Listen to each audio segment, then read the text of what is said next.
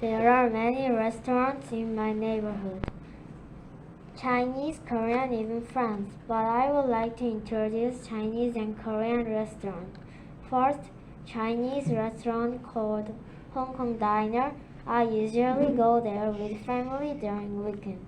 My favorite dish is jjampong and maratang. I like this because they are spicy. Jjampong is a food that have noodles and spicy soup with like vegetables and shrimps and other ingredients. And another dish called maratang is Chinese food. It's very spicy. Second, the Korean restaurant called Goban.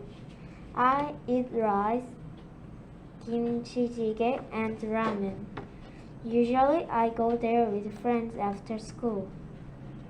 Kimchi jjigae is Korean soup made with kimchi to eat with rice. Other food is ramen. Many people like ramen these days. It have noodle and spicy soup. You can add some ingredients like egg. This is all for today. Thank you for listening to this presentation.